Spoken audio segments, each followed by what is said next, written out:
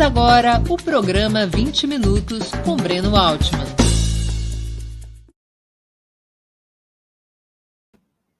Boa noite. Hoje é 23 de março de 2021. Está começando uma edição extraordinária do programa 20 Minutos.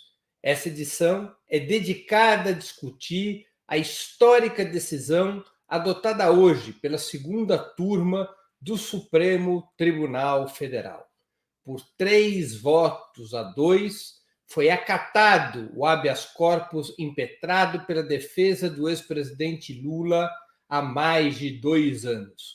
Por essa decisão, a segunda turma delibera pela anulação do caso do triplex, do chamado caso do triplex, em função da suspeição e da parcialidade do ex-juiz Sérgio Moro. É uma decisão de mérito sobre este processo. Para conversar sobre este tema conosco, a convidada é a jurista e professora de Direito, Carol Proner. Boa noite, Carol. Muito obrigado por atender esse nosso convite tão em cima da hora. Breno, um prazer estar aqui, uma noite especial. Muito obrigada pelo convite. Carol, a decisão de hoje, que anula a sentença do caso do triplex, ela ainda pode ser alvo de recurso por parte da minoria ou por parte da Procuradoria-Geral da República? Veja que há pouco, nesses intercâmbios de mensagens e notícias que chegam, acabei de ver que há uma notícia, embora não tenha visto a peça, de que a PGR já recorreu, mesmo antes do fim da decisão prolatada pelo ministro Gilmar Mendes. Já teria recorrido, tentando, portanto, alegar que essa deveria ser uma decisão revisada pelo Pleno do Supremo Tribunal Federal. Bom, esta não é uma possibilidade, não há qualquer previsão de que isso pudesse acontecer, essa é uma decisão definitiva. Neste caso da suspeição do ex-juiz Sérgio Moro, é uma decisão definitiva, não tem qualquer previsão de revisão pelo Pleno, que sequer é uma instância de revisão, muito menos para esses assuntos. Então, é uma tentativa desesperada, nota-se que claramente, se é verdade a existência dessa notícia que circulou em alguma mídia, não confirmada oficialmente, mas não, quero dizer que a decisão é estável, né, e que é uma decisão histórica, importantíssima. Eu tenho visto, estou vendo as manifestações aqui, de fato, é uma decisão que traz um alívio muito grande para uma ansiedade que já, vamos dizer, alcança aí 5 anos, Breno, que nós estamos percebendo aos poucos isso, acumulando razões para poder concluir pela suspeição, né, não só do ex-juiz Sérgio Moro, como também embora não tenha sido objeto do julgamento, como também dos procuradores da Lava Jato, a falta de isenção e tudo que aconteceu na República de Curitiba. Carol, regimentalmente não pode haver um recurso ao Pleno, é isso? Não pode haver um recurso ao Pleno, uma decisão estável. A decisão da segunda turma, em mérito de habeas corpus, ela é terminativa. Terminativa, exatamente, assegurando aí se a Procuradoria-Geral estiver apresentando um recurso, isso está completamente fora das normas regimentais da Corte Suprema. Sim, a não ser que haja algum tipo de inovação, mas seria seria algo absolutamente inovador. Não existe previsão desse tipo de recurso. O Pleno não pode ser usado como uma segunda instância recursal dentro do próprio Supremo Tribunal Federal.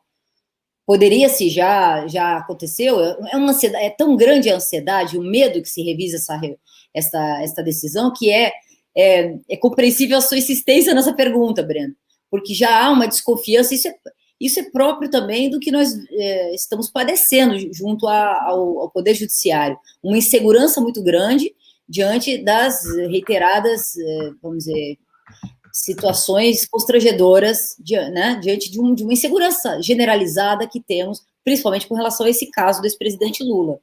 Mas não pode, não existe, o Pleno não é instância revisional, no máximo poderia, pelo seu regimento, em alguns casos, como é o caso agora das decisões assumidas monocraticamente pelo ministro Fachin, em uma interpretação ainda bastante questionável, que há discordância entre os ministros, há discordância entre os advogados, há discordância no uso do regimento interno em fatias, como eles dizem, deveria ser um regimento interno tomado no seu corpo, no seu todo, e aí sim o pleno só serviria para algumas coisas específicas relacionadas à divergência entre turmas e outras questões, mas não jamais será a instância recursal da segunda turma, isso não poderia haver.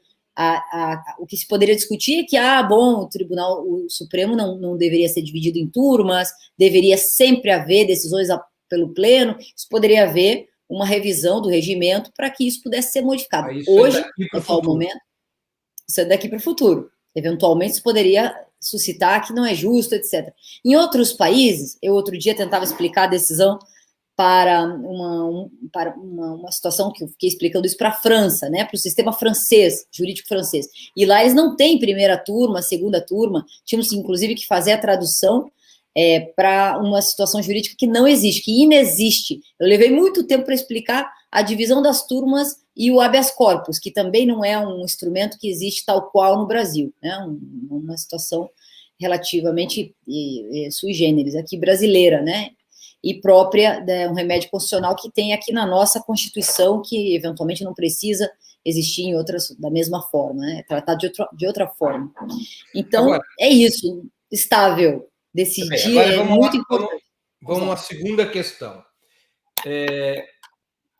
O que interdita o presidente Lula, a interdição do presidente Lula, dos direitos eleitorais do presidente Lula, são baseados em duas condenações. Uma condenação é o triplex, a outra condenação é o sítio de Atibaia. Ambos processos já tramitaram pela segunda instância e, portanto, pela lei da ficha limpa, impedem o presidente Lula de se apresentar à corrida presidencial. Impediram em 2018 e continuariam a impedir agora. A parte aquela decisão do habeas corpus do Fachin, que anulou todas as sentenças de Curitiba, do ponto de vista de mérito, a decisão tomada hoje pela segunda turma é automaticamente extensiva para o caso de Atibaia? Ela foi tomada no caso do triplex. Ela é automaticamente extensível para o caso de Atibaia? Isso também foi uma coisa suscitada nos bastidores, uma dúvida suscitada, e por isso você pergunta. De fato, como bem sabe, tanto nos votos de Lewandowski como de Gilmar Mendes, a extensão dos efeitos deste HC não foi suscitada por eles nos votos, assim como foi expressamente suscitada pela ministra Carmen Lúcia, que revisou sua posição, portanto, conhecendo do habeas corpus e dizendo que trata-se de uma decisão apenas e tão somente para este HC e para este paciente, não sendo, ela deixou isso claríssimo, Breno, não sendo extensível a outros HCs, a outros casos do próprio paciente ou outros casos relacionados ao ex-juiz Sérgio Moro. Agora, é também importante, principalmente na última fala, eu escutei o julgamento até o fim, depois ainda do voto, longo voto do ministro Fachin, do ministro relator, e também ouvi as conclusões também extensas do ministro Gilmar Mendes, e no qual ele deixa claro, mas aí é uma interpretação minha, né, que isso deve ser, é uma decisão histórica, etc., etc., ele usou vários argumentos para poder marcar a relevância desse julgamento, e da importância da defesa do processo acusatório brasileiro, portanto, uma decisão histórica baseada nas fontes internacionais que o próprio ministro Fachin citou, e para dizer que a estabilidade dessa decisão, a robustez dessa decisão, pode, eventualmente, embasar, né, a interpretação minha, a suspeição do juiz de uma forma robusta, mas não tocou na questão da extensão. Em nenhum momento o ministro Gilmar Mendes. Eu imagino, e também a interpretação minha, Breno, que queria até saber a tua opinião, que já estava complicado demais o trato da matéria, dado que o caso suscita uma questão estrutural política do país, um acúmulo também de decisões anteriores, que até certo ponto convoca os julgadores a voltarem ao que fizeram antes, Foi o caso da ministra Carmen Lúcia, que a todo momento se referiu ao voto anterior, justificando coerência, explicando que naquele momento ela já tinha anunciado a possibilidade de modificação, que naquele momento ela usou essas palavras, né? Ela insistiu infinitamente nisso, o tempo todo dizendo que a decisão dela ela tinha deixado uma abertura, né? Que ela considerava que não haviam cumprido, que não havia cumprido, ela não tinha conhecido da ação porque não havia, naquele momento, a completude dos dados do processo, que aos poucos, né, a matéria foi sendo completada com aquilo que foi aportado aos autos e os contornos se tornaram mais claros. Mas ela deixa claro, é isso que eu quero dizer, o tempo todo, esta matéria já complexa e fazendo com que os ministros sempre fizessem referência ao que decidiram antes. O próprio Fachin, no seu voto extenso, fez menção de uma forma justificadora do que tinha dito antes, em vários momentos, uma vez que ele era, e é ainda o ministro que recebe, que cuida, que trata dos casos da Lava Jato. Natural, né? O relator prevento. Agora, a defesa do ex-presidente Lula, portanto, ela terá que apresentar um outro habeas corpus para poder estender essa decisão para o caso do sítio de Atibaia? Tem informações contraditórias, nós não sabemos, eu desconheço. Há uma informação de que já teriam feito, já teriam pedido a extensão em processo avulso, mas eu não conheço exatamente, não vi a peça. Deve fazer seguramente. Seria um novo pedido de habeas corpus? Um novo pedido ou estender os efeitos da decisão para outros processos, dado que a instrução é pelo mesmo juiz, né, dado que a própria forma, né, da instrução aproveitou, etc, etc. A própria decisão, nós sabemos, do caso do sítio, é copia e cola da decisão do processo do triplex. Ao mesmo tempo, Breno, nós não podemos esquecer que o ministro Fachin anulou todos os processos. Então, bem ou mal, essa pergunta também tem uma segunda avaliação. Hoje, atualmente, independentemente do julgamento desse HC, que tem uma importância imensa, nós podemos tranquilamente falar sobre isso, importantíssima, mas o que já liberou os direitos políticos do ex-presidente Lula também se deve à decisão monocrática que anula os processos em razão do local, em razão da incompetência de juízo, exceção de incompetência.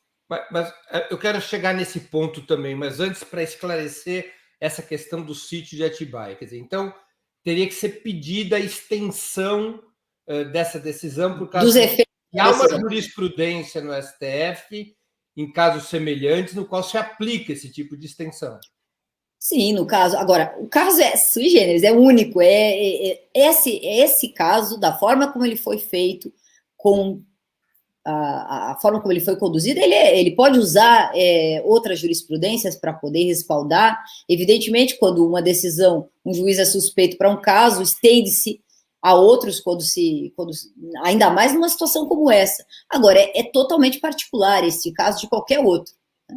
Jurisprudência existe, eu não conheço aqui, não tenho para te dizer, mas seguramente é a extensão dos efeitos de uma suspeição notória, né? E comprovada, não sei se você percebeu, todos os votos praticamente aproveitam e eles fazem questão também de fazer essa ressalva, né? Que foram feitos com base nas provas dos autos e não das mensagens da spoofing, né? Que a spoofing apenas serviu para colorir, para tornar mais nítida, eu poderia dizer, uma vontade condenatória, né? Ou uma parcialidade do juízo, vamos deixar dentro do que eles decidiram, né?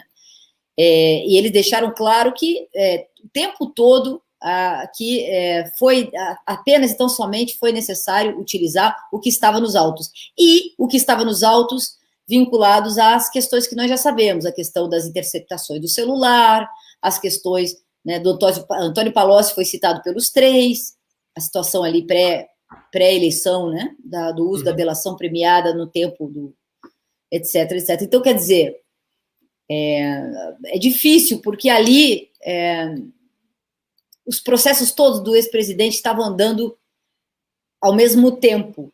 E o uso dessa questão, por exemplo, do Antônio Palocci, que por si só já traz prejuízos, E a questão da interceptação telefônica, por exemplo, também, evidentemente que os advogados não falavam de um único processo.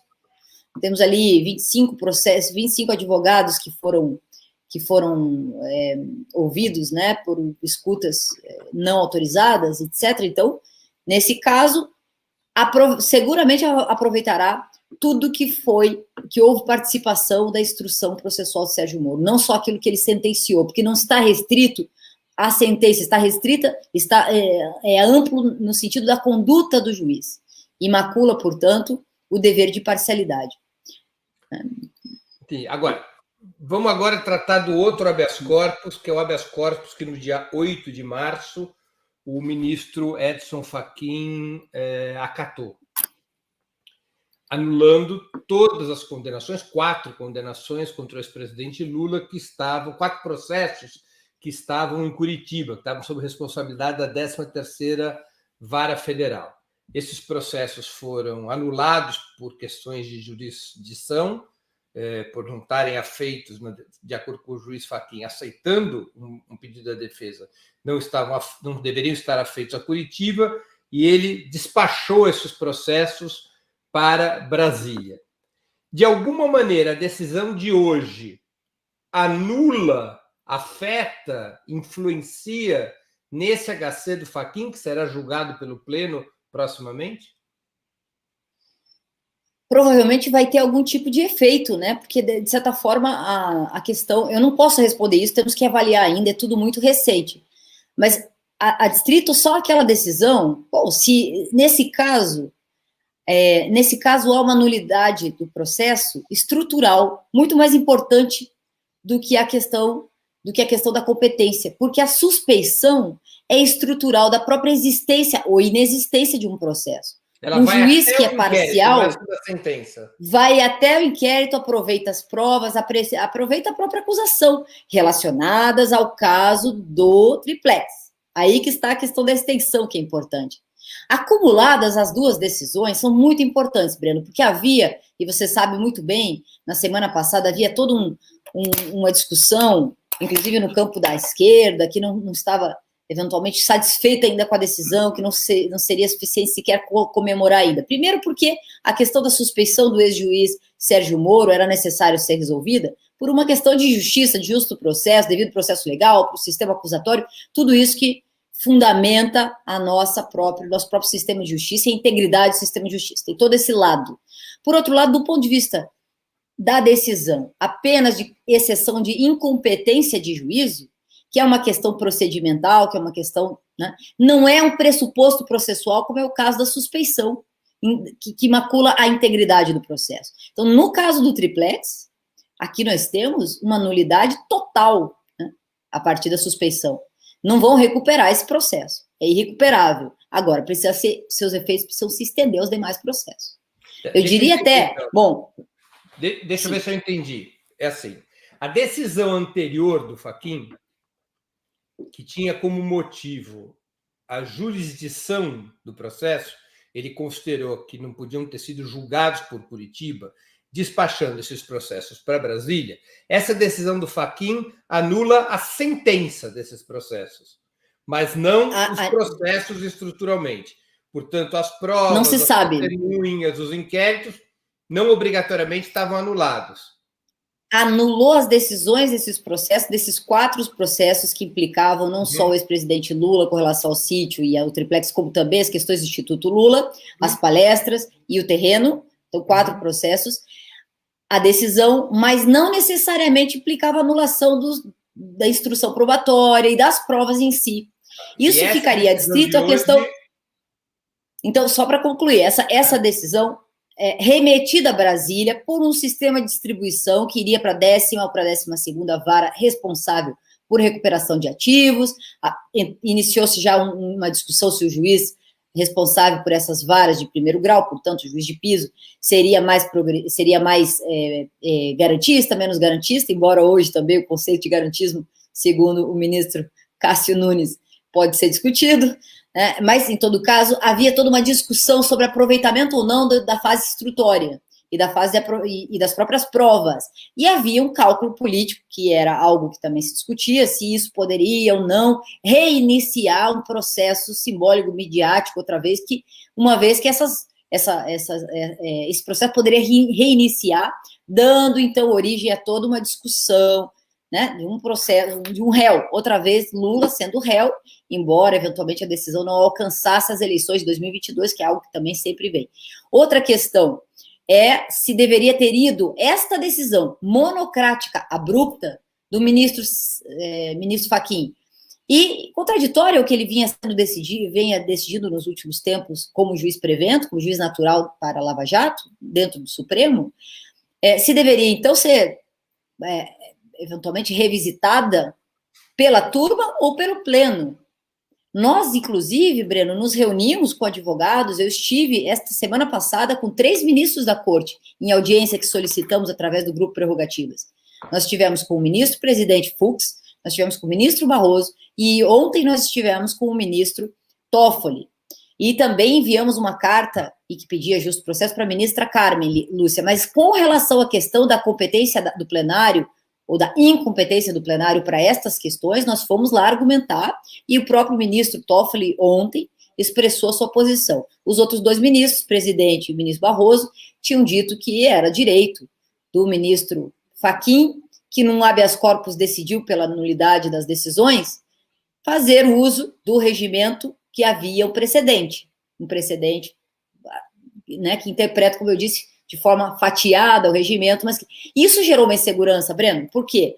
Indo ao pleno e com tantas decisões, e com o peso político dessas decisões, e com o envolvimento de tantos elementos dessas decisões, e eventualmente algumas pessoas sugeriam, erroneamente, no modo de ver, eu aprendo com os criminalistas, eu sou do direito internacional, com a maioria dos criminalistas, para mim, os melhores do país, que, evidentemente, não esvaziava o conteúdo decisório do habeas corpus da suspeição, que inclusive já tinha iniciado, e já levava 2 anos, um remédio constitucional que deveria ser célere, inclusive.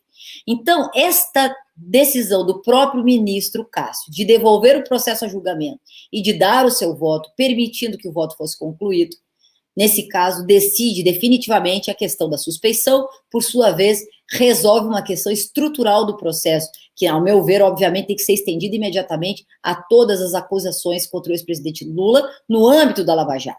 E o próprio ministro Fachin, o próprio ministro Gilmar Mendes deixou isso claro quando disse, né, que, deixa eu pegar a frase dele aqui, que é importante isso, Breno,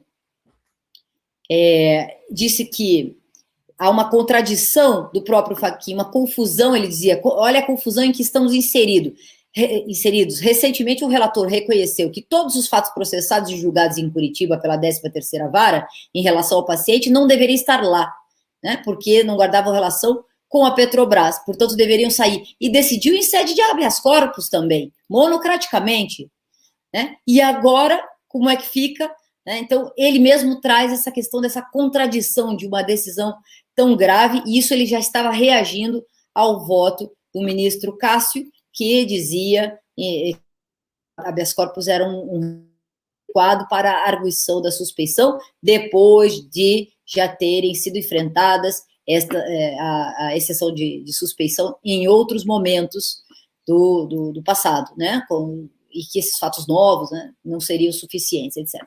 Então, Gilmar já diz, ali, na atitude do próprio Fachin, monocraticamente, já houve ali uma reunião, né, por parte dele, digamos, em sede de habeas corpus, de coragem para, né, em homenagem ao direito de liberdade, nulificar todas as decisões com base, né, na exceção de incompetência de juízo. Muito mais importante é a exceção de suspeição, que eu sei que o tema é difícil, a exceção de suspeição abarca facilmente, é facilmente visível que abarca a exceção de competência de juízo. O problema é que ela ainda se refere somente ao caso do triplex. Mas seguramente, não há a menor dúvida que será estendido os seus efeitos. Serão estendidos a decisão do Fachin, ela eliminava apenas a sentença, a decisão de hoje por suspeição elimina todo o processo, todos os atos do processo. Volta a estaca zero o caso do triplex. Talvez a gente Esse pudesse é um bom entrar resumo. até no... A gente a palavra é ruim, mas a gente pudesse até entrar na questão da inocência total, porque nesse caso aqui não há nem processo, não deveria ter havido processo. Então, anulou o processo Né? inteiro, desde a Anulou o fase... processo inteiro. Todas as etapas que tiveram o dedo de Moro, todas essas Sim, etapas estão anuladas. Ou seja, está anulada a oitiva de testemunhas, está anulada a denúncia, está anulado todo o processo. Então, todo o se a processo. promotoria quiser... esse processo do triplex, portanto, ele não pode nem ser remetido a Brasília, porque ele não existe mais. Não pode. Não existe mais. Ele não Exatamente. existe mais. Aí a importância da extensão dos efeitos para o caso do sítio. Porque a instrução foi praticamente a mesma, a sentença foi um copia e cola. E depois, claro, eles não estão considerando as mensagens da spoofing, porque isso geraria, importantíssimo isso, e a defesa técnica do ex-presidente merece todas as nossas homenagens.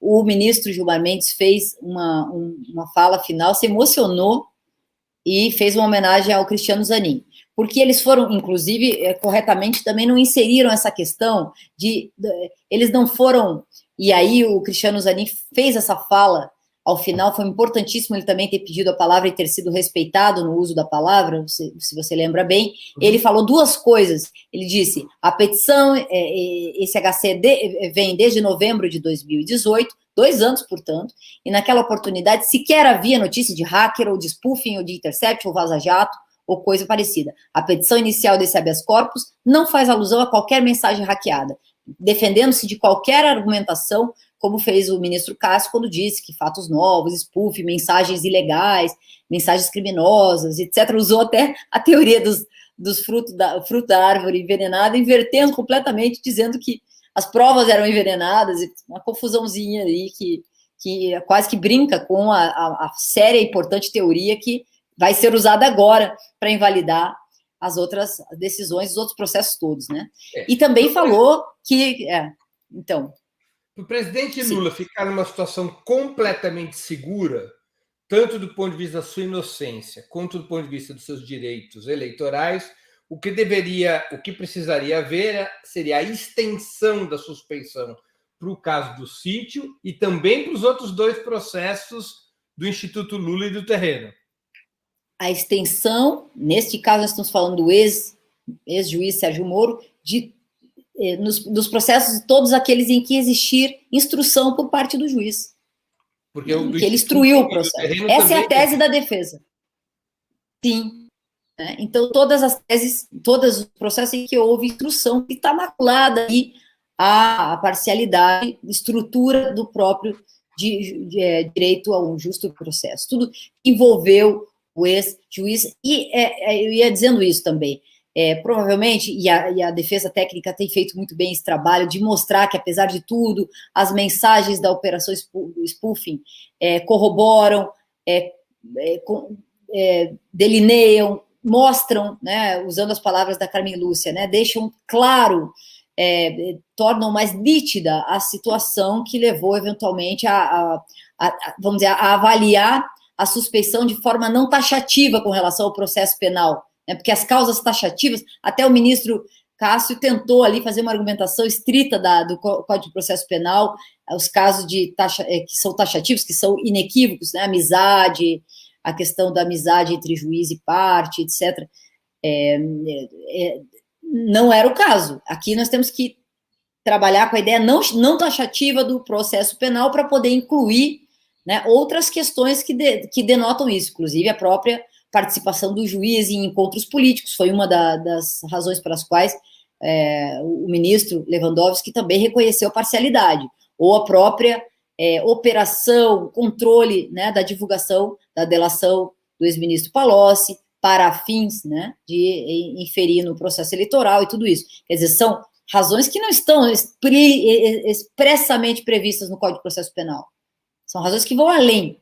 E isso também vai ser reconhecido nos outros processos. Mas, de qualquer forma, é importante entender que, pelo que ficou entendido hoje, o que é lamentável, mas eu posso compreender, a gente não pode deixar de ficar muito mais aliviado do que na semana passada, isso é importante dizer, mas é lamentável que já neste momento nós não tivéssemos um placar maior. Se nós tivéssemos aí uma unanimidade, Breno, quem sabe pudéssemos, de uma vez por toda, restabelecer de forma unânime a questão, né, do devido processo legal, a questão da integridade do sistema de justiça, e poderíamos fazer logo de uma vez a extensão aos demais processos e restituir de forma mais ampla possível aquilo que teria que ser feito à justiça, que jamais será restituída contra o ex-presidente Lula, que ficou 580 dias, agora entrando um pouco na questão política, 580 dias preso, toda a privação, não só da liberdade, como da liberdade da sociedade brasileira de utilizar o seu voto para fazer, através da participação popular, uma outra configuração política da democracia brasileira, um outro resultado eleitoral, tudo isso.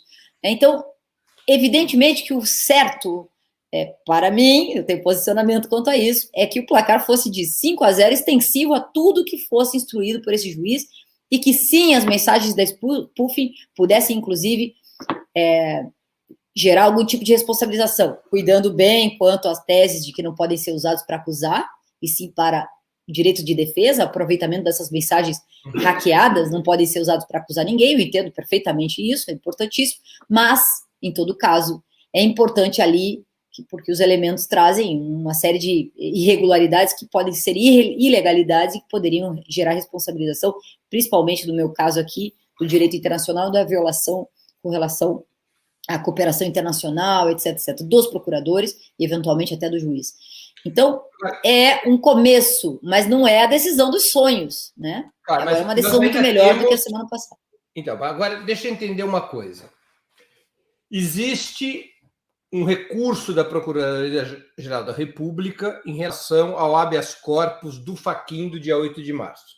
O tal habeas corpus que anulou as sentenças e não os processos, apenas as sentenças de Curitiba, ordenando a transferência desses processos para Brasília. Ok. Esse recurso e o próprio habeas corpus já estão capengas, porque um dos 4 processos não existe mais.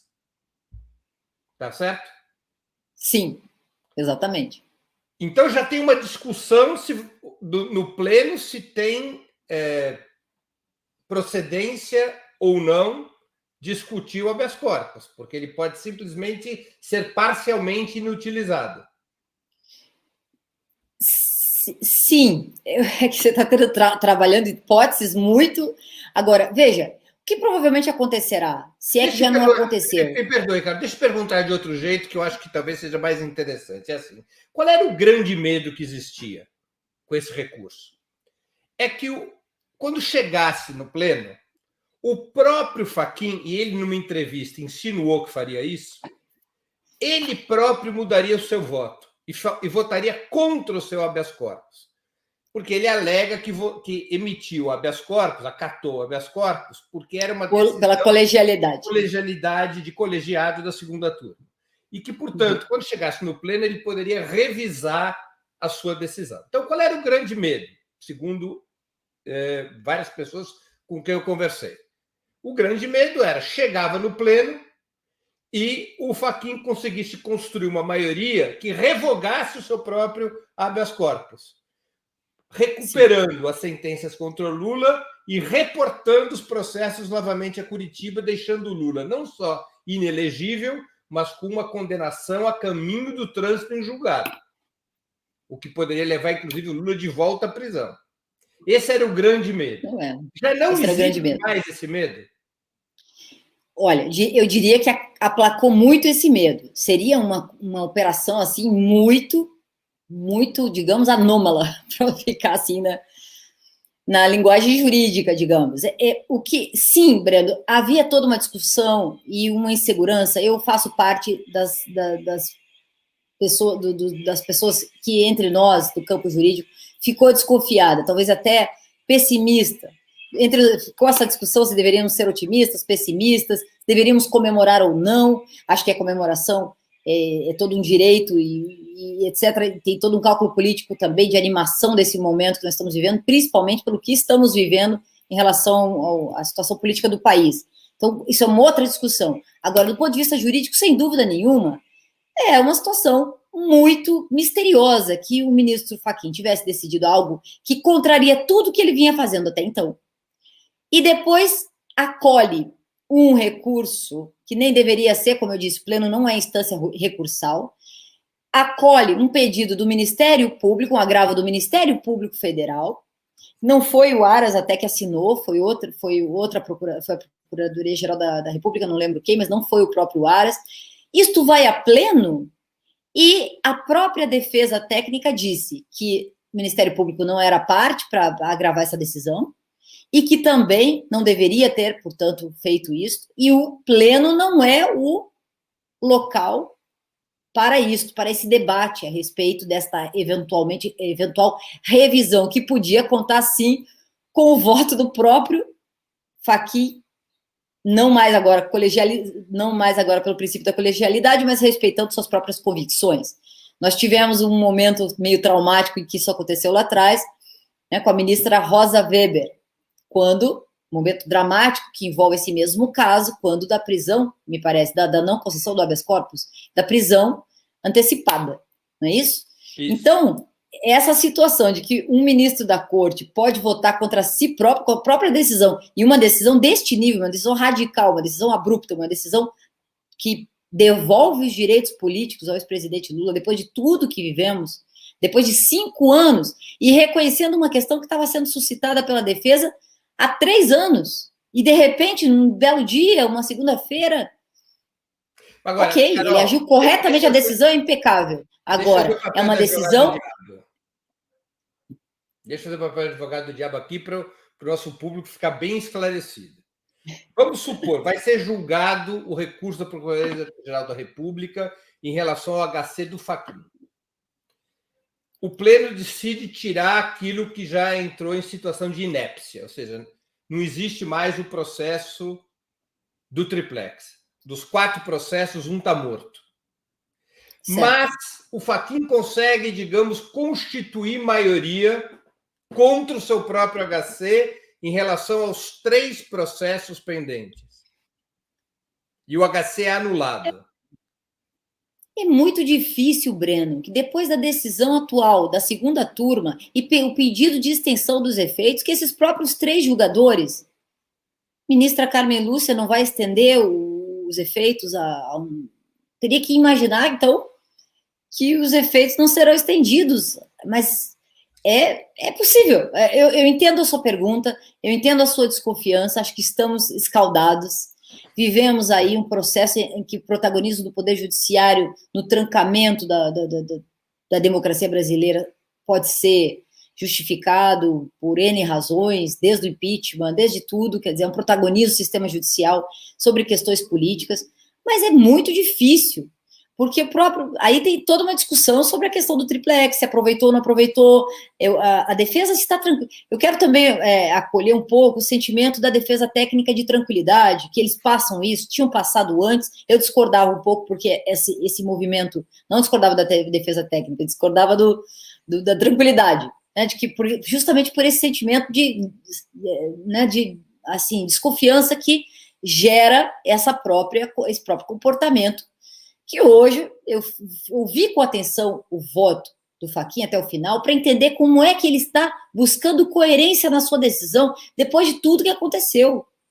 Então, eu fiquei ouvindo até o final. Ele vai na questão, ele citou a Manipulite, ele foi lá nas decisões italianas, no âmbito da Manipulite, ele vai nas decisões europeias, vai nas cortes internacionais. A gente sabe que ele tem uma vocação de acolhimento das convenções muito importante, a filha dele é uma pessoa muito importante no direito internacional público, a Melina Fachin. Eu acho que tem todo um contexto que ele leva muito em conta, mais do que outros ministros, tudo isso. O voto dele está muito respaldado, eu discordo da posição dele, obviamente, mas eu não sei se, nós temos que entender também, Breno, que é um momento jurídico-político, e esses processos sempre foram políticos-jurídicos ou jurídico-políticos.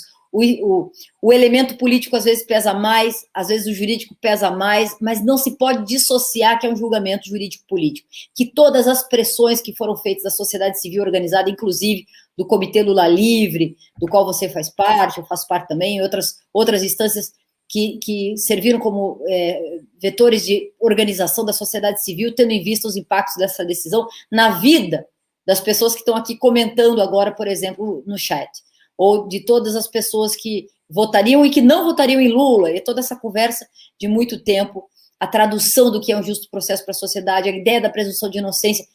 Eu fico achando que é muito difícil reverter, porque o esforço de negação da Constituição, do direito das garantias, será muito maior. Não há mais aquela vontade condenatória apoiada na mídia, que também ampliou, né, essa percepção de que era necessário haver um responsável pela corrupção do país. Mesmo assim, nós vimos, concordo com você, porque já te ouvi falando, e aprendo muito quando você diz isso, e escutei muito atentamente a tua reflexão na segunda-feira de manhã, quando você fez essa avaliação. Temos que estar atentos. Mais de 1.000 integrantes do Ministério Público se moveram no sentido da defesa irrestrita da Lava Jato, né? O que é gravíssimo. Nós temos aí um problema estrutural na instituição do Ministério Público, que é uma instituição de garantia, garantida pela Constituição, suas competências, etc., e que afeta a nossa vida pessoal, a vida de todo o país. Então, é grave. Há toda uma ofensiva contra esta decisão. E não é à toa que, mesmo antes, se é verdade, né, que eu estou vendo aqui as mensagens com as quais eu conto para me informar, agora você deve estar vendo aí, se é verdade mesmo esse recurso da Procuradoria-Geral da República, mesmo antes do anúncio final da decisão. Então, há todo um movimento de defesa, porque a gente sabe, Breno, que a Lava Jato, e aqui entrando mais numa questão de considerações a respeito dessa decisão no sentido mais amplo, a Lava Jato envolveu muita gente, e há muito tempo.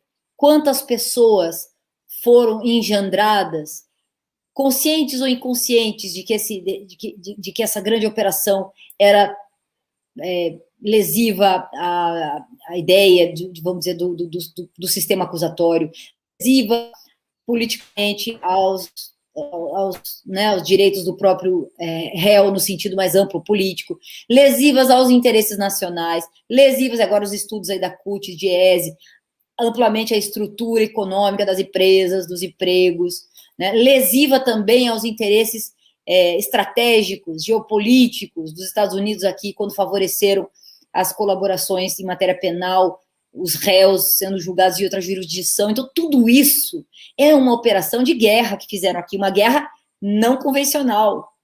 Entra toda a questão do lawfare aí, etc., que a gente fala sempre sobre isso. Não é algo que se restringe ao devido processo ou ao indevido processo legal. É algo muito mais amplo. Então, não sei se essas estruturas, apesar de elas estarem de pé, estarem se defendendo, né, eu gosto muito de olhar aí o Twitter do Dallagnol para ver como é que ele está se portando, né? É impressionante, tá? É Hitler no fim nos últimos dias, né? Derrotado já e ainda dizendo aquelas coisas, né? É uma estrutura que não se rende, até o final eles continuam se autodefendendo. É uma coisa inacreditável que aconteceu em Curitiba, minha cidade, né? A nossa vergonha. Ainda havendo algum risco, você acha que houve uma alteração estrutural da correlação de forças? Sem dúvida. Eu tinha uma visão mais desconfiada há poucas horas atrás, digamos. Hoje mesmo, e quando eu tive que explicar isso em outro idioma, em francês, agora a gente também teve que falar muito mais difícil, porque não é a nossa, além do que não é a nossa língua, e muito mais difícil porque também eles diziam, mas afinal de contas, Lula está livre ou não está livre? Mas é que não é uma resposta simples, né? Não é uma resposta sequer que tem tradução em outra língua. Porque no Brasil é simples, Carol. Nenhuma resposta, mas no fim das contas eu tive que admitir, porque eu também estava falando lá com pessoas que entendem do sistema jurídico universal, como bem disse, né? Vamos dizer, de um princípio jurídico elementar em qualquer situação jurídica da mais primitiva, que é ter um juiz imparcial, um juiz que fique entre as partes, né? Que não tome lado, né? Isso é tão elementar, é tão primitivo. Curioso, Carol, até na arquitetura da justiça brasileira, o juiz é parcial. Porque a promotoria fica do lado do juiz numa posição mais elevada que os advogados de defesa. Sim. Olha, Breno, você tem uma ideia, eu participo de Tribunal Internacional de Justiça Restaurativa. Em El Salvador, eu tenho essa experiência, Tribunal de Guerra, Tribunal de Guerra Civil, etc. E lá é muito interessante porque a gente conseguiu, por ser um tribunal de justiça restaurativa, centralizar as vítimas. O tribunal fica no canto. Não é que o tribunal não fica, não é que a promotoria fica no canto, é que o tribunal fica ladeado, porque ali a justiça se faz de outra forma, a justiça oral, os relatos, e o próprio relato em si já é uma forma de restituição da verdade, né? Mas é isso, quer dizer, é verdade, até o espaço cênico, digamos, desses espaços de julgamento, e tem a ver com isso, né? Às vezes não tem a isenção que deveria ter. E nesse caso, a conduta do juiz nas audiências, agora a gente assiste, é repugnante, mas naquele momento que a gente assiste esses trechos recortados, né, nós percebemos que realmente naquele momento histórico, quando a gente lembra, a gente tinha muito pouca força. O nosso argumento, que hoje é predominante, e hoje prevaleceu, inclusive, por maioria, naquele momento nós éramos apedrejados nas ruas, não podia vestir camiseta vermelha, não poderia andar de bicicleta era uma coisa assim que nem as ciclovias de São Paulo estavam a salvo, né, de uma identidade com o petismo, o lulismo, né, a corrupção, etc. Então era um momento em que o Brasil... Perguntas de espectadores, várias você já foi respondendo ao longo do programa, então aqui vou tentar filtrar algumas coisas para a gente... Bom, a Eliane Dalcoleto pergunta: alguma chance de golpe jurídico ainda? Veja como estamos traumatizados, Eliane. Claro. É isso, essa pergunta decorre do trauma que vivemos, é o que dissemos também nessas audiências com os ministros. Nós estamos tão traumatizados que, no plano internacional, as academias fazem as mesmas perguntas. Essa pergunta nunca deveria ser feita num sistema de justiça que se desse ao respeito, né? Claro. Um golpe jurídico é uma coisa impensável num sistema de justiça que se dê ao respeito, né? Olha, mas é isso. Acho que diminuiu bastante essa chance. A Cibele Vieira pergunta: já podemos falar que não dá mais tempo de tornarem Lula inelegível? Acho que também sim, sim. Bom, nós não duvidamos de nada. Se os tempos fossem repetidos, eu já não sei mais qual seria o cálculo. Vamos pensar, acho que seria difícil, né, Breno? Começar do zero, condenar em segunda instância, teria que ser mais veloz, quase que o que aconteceu no TRF4. E com aquele tipo de operação de guerra que nós conseguimos ler nas mensagens da spoofing. Eu não acho que... Da coercitiva do Lula em 2016, que foi em março de 2016, até a condenação dele pelo TRF4 em janeiro de 2017. Julho de 2017 foi a condenação. E janeiro de 2018 foi a segunda instância. Então... Faz a conta aí, teria que ser exatamente agora, né? Exatamente agora. Agora, não daria mais tempo. Não daria mais tempo. Não daria mais tempo. Já não daria mais tempo. Então, mas veja a loucura que nós estamos, e eu também estou desse jeito, então não é uma pergunta desarrazoada, nem um pouco, mas é o trauma que eu mencionava antes. Nós estamos assim, desta forma. Agora, o que eu acho que é perigoso, Breno, só para a gente não ficar de nada, Eliane, eu vi a tua resposta aqui. O que eu acho que nós temos, que é problemático mesmo, e que eu acho que nós não devemos baixar a guarda, o fato de estar um pouco mais tranquilo não significa que a gente possa baixar a guarda, e eu vou dizer por duas razões, minha opinião, nisso. Uma é que, de fato, a pecha de condenação pode sobrevir ainda, vamos dizer, pode chegar nesses casos em que eventualmente não aconteça a extensão, eventualmente até num outro caso, numa outra denúncia inventada aí, Ministério Público acusatório, pode acontecer alguma outra denúncia aí meio enfim, pode ser feita. Uma situação em que o caso de Atibaia é reportado a Brasília, no caso do HC, e enquanto não se estendem os efeitos. Federal prolatar uma sentença imediata. É bastante difícil, seria bastante bizarro, assim. Mas vamos dizer que o problema, Breno, é que eu notei, você também notou, nos editoriais e nas matérias aí de jornal essa semana, Folha de São Paulo e tudo, essa pesquisa feita, acho que ela foi feita de uma única vez, mas foi sendo entregue dia a dia, né, a conta-gotas. Eu não sei se é isso que aconteceu, mas por que essa pesquisa, se a decisão foi correta ou não correta, é uma pergunta inadequada, absolutamente inadequada, que só tumultua o momento de liberdade, é um momento a própria decisão do Fachin, né? Então, a gente vai desconfiando que esta seja, aí já no campo político, a narrativa, né, que os setores que defendiam a Lava Jato, principalmente a mídia corporativa, essa mídia que esteve aliada, que foi com a qual se fez a Lava Jato, o lavajatismo e esses processos abusivos contra ex-presidente Lula e, eventualmente, contra outros réus, isso é importante dizer também, é que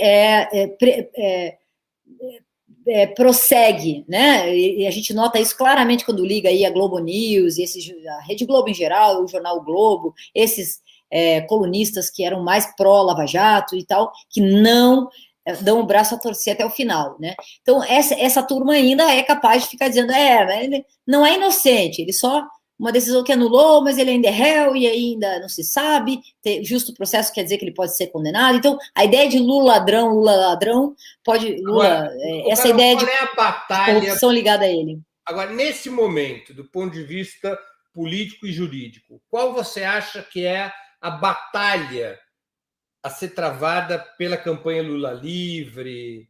Qual é a grande batalha? Olha, a extensão da decisão para o caso dos outros processos? Você sabe que uma das coisas que eu mais ficava preocupada de tudo isso, em determinado momento, eu confesso que estava ali no intervalo dos 15 minutos, a gente não sabia ainda qual seria a decisão da ministra Carmen Lúcia. Eu estava muito preocupada, porque se a decisão fosse dela reconfirmar ou confirmar a sua decisão, seu entendimento anterior, né, ou não conhecendo do HC, nesse caso, uma das razões pelas quais eu ficava mais angustiada era justamente a impossibilidade de fundamentar a necessidade de responsabilização da Lava Jato contra o país, sabe? E um modelo de combate à corrupção. Deixando, sem desprezar a questão do ex-presidente Lula, Breno, que é fundamental, mas isso é tão grave quanto, sabe? A questão da Lava Jato não pode ficar ilesa. É um modelo que envolve uma ferramenta lesiva e que, se continuar de pé na sua estrutura, amanhã uma outra empresa, você viu, essa questão aí é muito grave dos caças, porque o que o Dallagnol e a turma da Lava Jato precisavam era de um funcionário do BNDES para acionar toda a jurisdição internacional dos Estados Unidos numa intervenção de jurisdição contra o Banco Nacional de Desenvolvimento Econômico. Então, é contra uma empresa pública, né? Contra os interesses públicos mais caros ao país. Então, é a forma como eles atuam.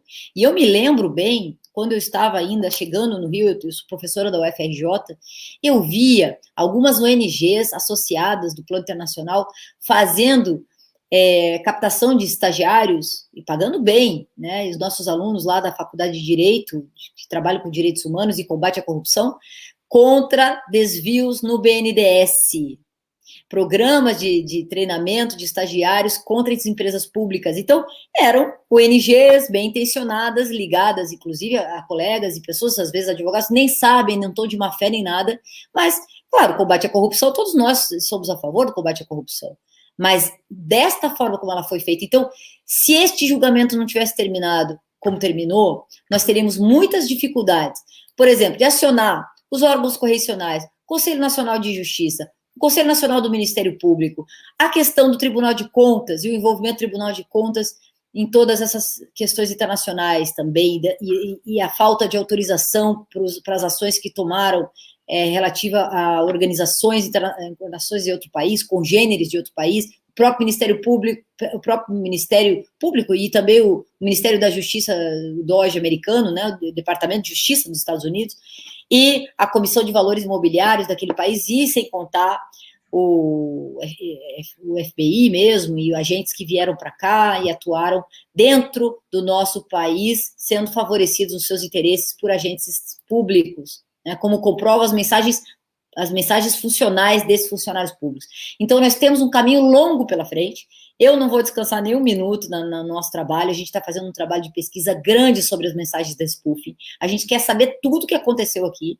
Em primeiro lugar, para responsabilizar sim, porque a gente acha que sem responsabilização tem todo um trabalho aí de revisão histórica, né, e de responsabilização, porque de pacto de esquecimento já basta, escrevi um artigo sobre isso, já basta o de 79 e que o Supremo lá, através da decisão da Corte, não revisou a lei de anistia. Nesse caso, não se trata disso, mas se trata de outro pacto de esquecimento que estava se tentando fazer. Essa decisão do Fachin poderia, se engolfasse, né, se esvaziasse, se assim fosse o entendimento do próprio HC de suspeição, se essa fosse a intenção dele, gerar um processo de esquecimento aí desse curto período histórico que tanto o BAL trouxe ao nosso país. Então, essa é uma das questões. E a segunda, mudar o modelo de combate à corrupção para que seja efetivo, seja eficaz, seja tudo. Transparente, que tenha autonomia da Polícia Federal e do Ministério Público, mas que proteja os nossos interesses das nossas empresas. Né? Não destrua as empresas. Isso não acontece em lugar nenhum do mundo, só no Brasil. Né? Deixa eu colocar aqui uma última pergunta de um espectador, que é o Rogério Bruno, que inclusive contribuiu com o Superchat.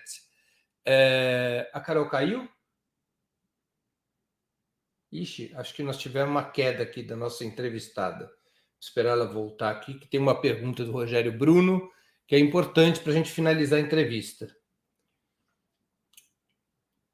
Vamos esperar a Carol voltar. Deixa eu ver aqui o que se passa.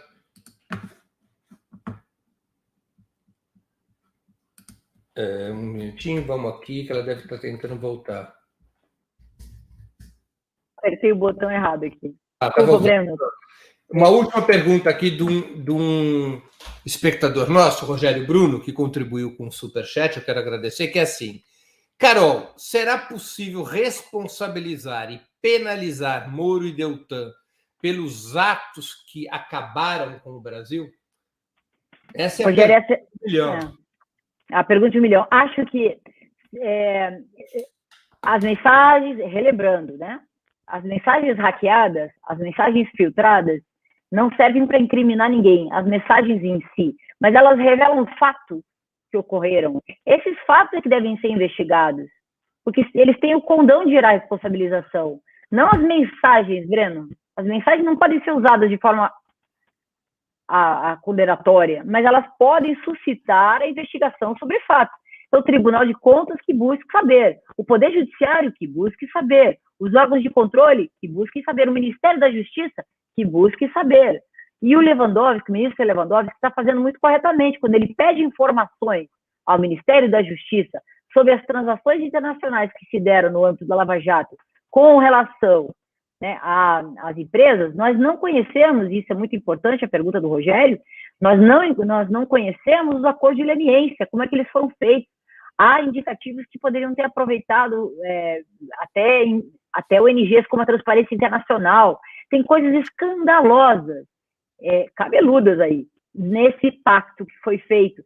Nós temos que saber o que aconteceu. Então, eu acho que deixando de lado a questão, separando, melhor dizendo, a questão do Lula, e que ele tenha direito aí até uma indenização por tudo que sofreu, né, nesse processo, que tem direito, né, que tenha também liberados a sua autonomia econômica, os seus direitos econômicos aí ligados às contas retidas e tudo isso. A vida dele é muito difícil sem a possibilidade de usar seus próprios recursos, porque, né, retidos por acusações de corrupção. Então, que ele restabeleça, do ponto de vista individual, pessoal e também político, todos os seus direitos, é uma coisa, e outra coisa é que a gente saiba finalmente que, isso é muito importante, a gente tem trabalhado isso no âmbito internacional do Mercosul, o Parlasul está trabalhando com a possibilidade de uma proposta normativa que defenda os outros países contra o lawfare, entender o que é que está acontecendo aqui, como é que nós nos vulneramos tanto com relação aos acordos de cooperação em matéria penal para o combate à corrupção, à semelhança do que fizemos com o combate às drogas, com o combate às armas, outros crimes transnacionais, agora o combate ao terrorismo, etc., que necessariamente une equipes estrangeiras colaborando para o fim de combater um crime transnacional. Mas nesse caso aqui, assumidamente, é uma estratégia regional de outro país. Os Estados Unidos assumiram isso no seu livro de defesa. que a corrupção será uma estratégia, né, para avançar sobre seus interesses regionais, né, o backyard, aqui, o quintal deles que eles acham que nós somos.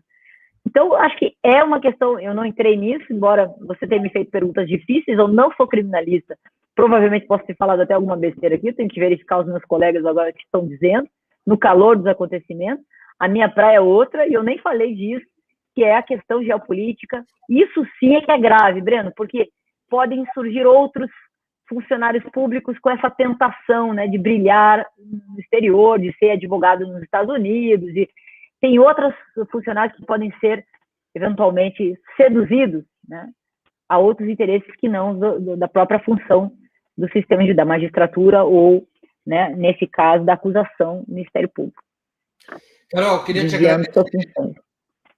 te agradecer muitíssimo pelo teu tempo, por ter participado desse nosso 20 minutos extraordinário. Eu tenho certeza que, embora tenha sido uma entrevista no calor da hora, ainda sem todas as informações disponíveis, eu tenho certeza que nossos espectadores e nossas espectadoras saíram desse programa bem mais informados e certamente ainda mais esperançosos sobre essa reviravolta na Corte Suprema, um jogo que parece que está virando em favor da Constituição e das garantias democráticas. Muito obrigado.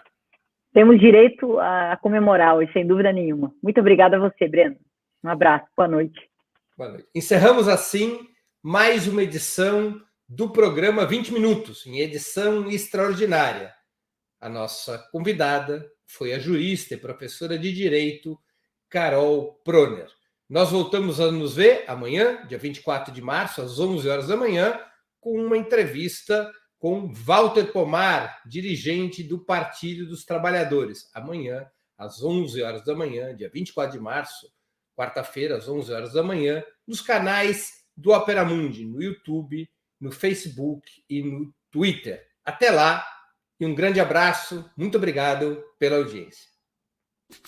Para assistir novamente esse programa e a outras edições dos programas 20 Minutos, se inscreva no canal do Opera Mundi no YouTube. Curta e compartilhe nossos vídeos. Deixe seus comentários. O jornalismo de Opera Mundi é mantido com o seu apoio. Faça uma assinatura solidária em www.operamundi.com.br. Com um pequeno valor mensal, você nos ajuda no desenvolvimento de um jornalismo independente e de qualidade. Obrigado pela audiência e até a próxima.